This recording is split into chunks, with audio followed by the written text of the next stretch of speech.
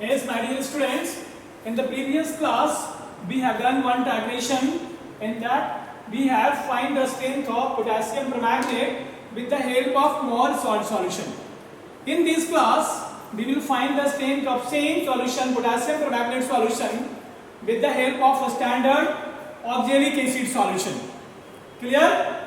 Here non-standard solution is potassium permanganate and the standard solution is oxalic acid of strength m by 20. Clear?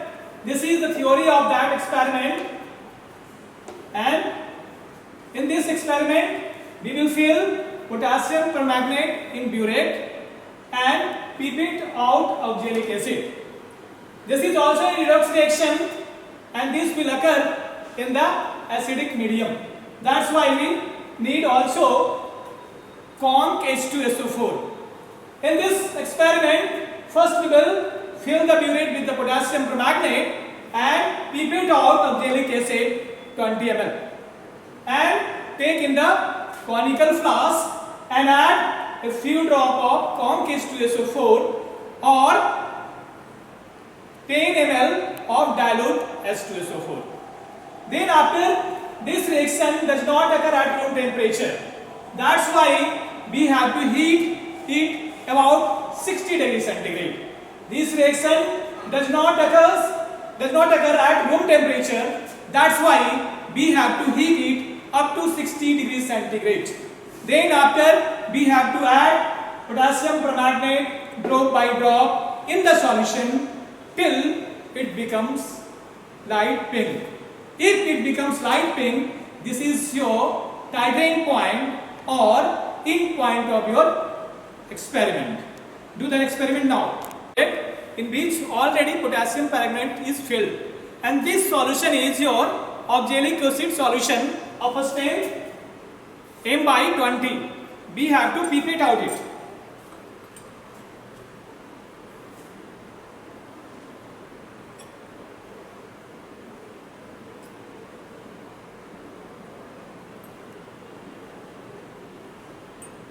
We have to take it till the meniscus, and this is of capacity 20 ml. We have to take it in flask.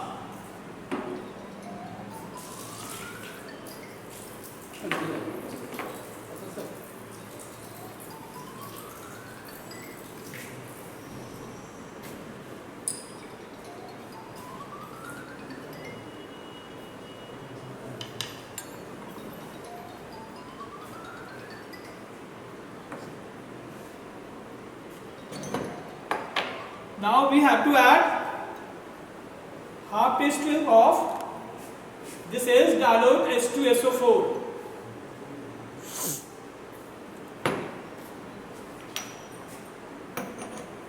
Then we have to heat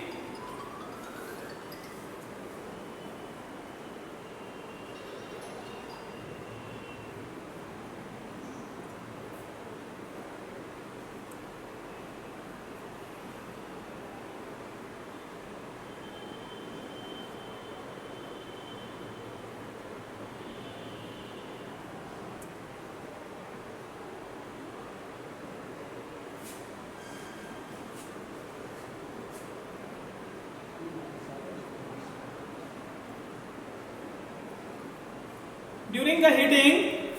We have not any thermometer. That's why we have to heat till our hand can it touch with it and we can tolerate it, not more than 60 degrees centigrade. We have to heat till only we can tolerate it. Now we have to add potassium permanganate in this solution. Observe this initial reading. It is your 14.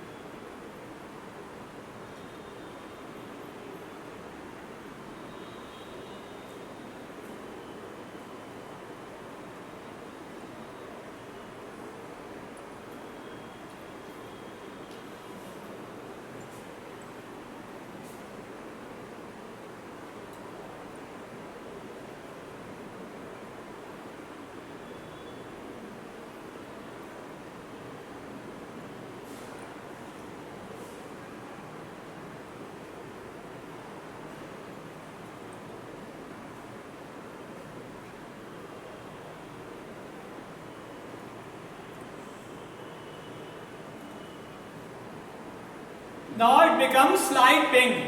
This is your end point or concurrent, or titrant point. You have to take it. Their reading is your now 16. It is your observation chart.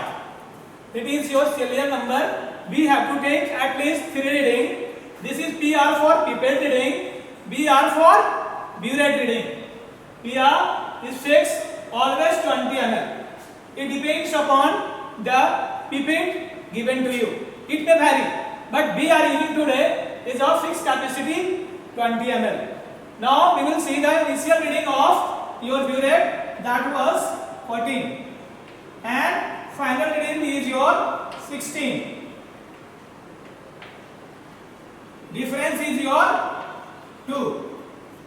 In the same way, next time BR 16 is your initial reading, and the final reading is your 18.2.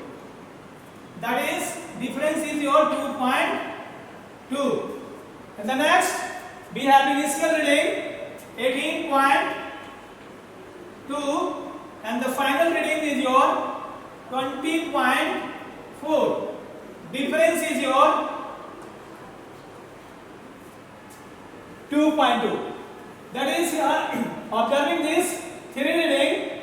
This 2.2 occurs simultaneously. That's why it is your concurrent reading.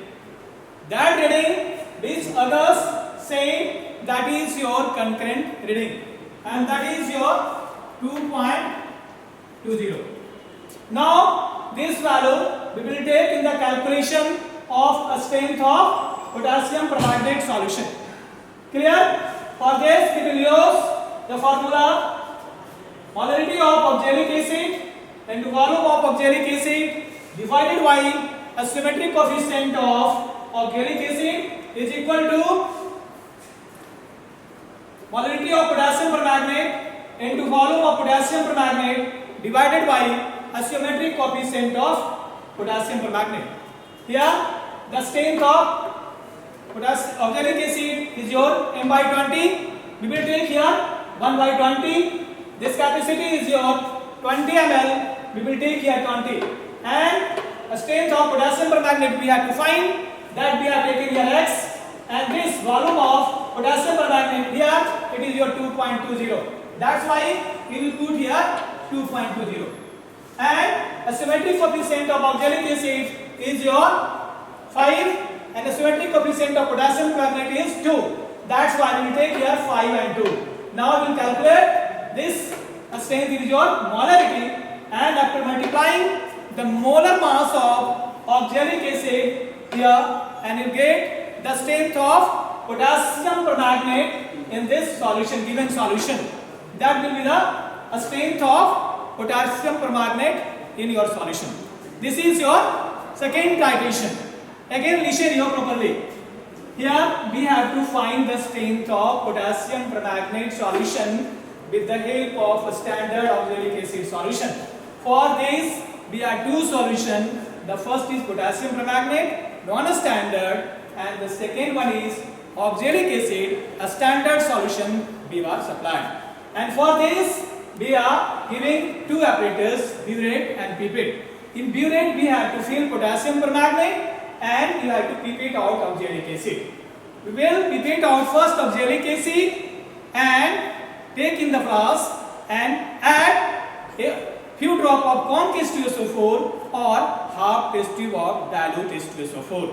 Then we have to heat up to 60 degrees centigrade, not above it. We have to heat up to only 60 degrees centigrade above, not above it. Clear? Then after we have to add drop by drop potassium permanganate solution till it becomes light pink. Clear? Now if it turns light pink, that is your end point or titrant point.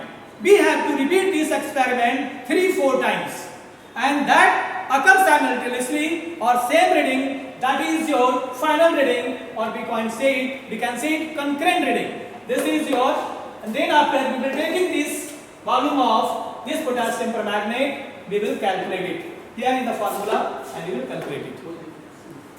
This is your strength of. In the same way, we can do more experiments. Clear?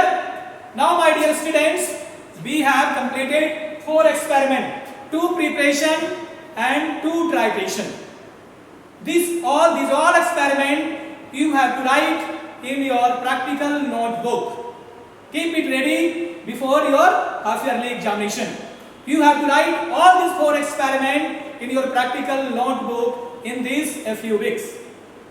Clear? In your practical notebook. For this, you have to take a copy, write it properly. In the same way, not you have to write extra, not you have to copy from the book. That's as it has been discussed. In the same format, you have to write first your aim experiment, second apparatus required, third chemicals required, then theory, then observation, and finally your calculation, and this is your final result. Clear? Okay.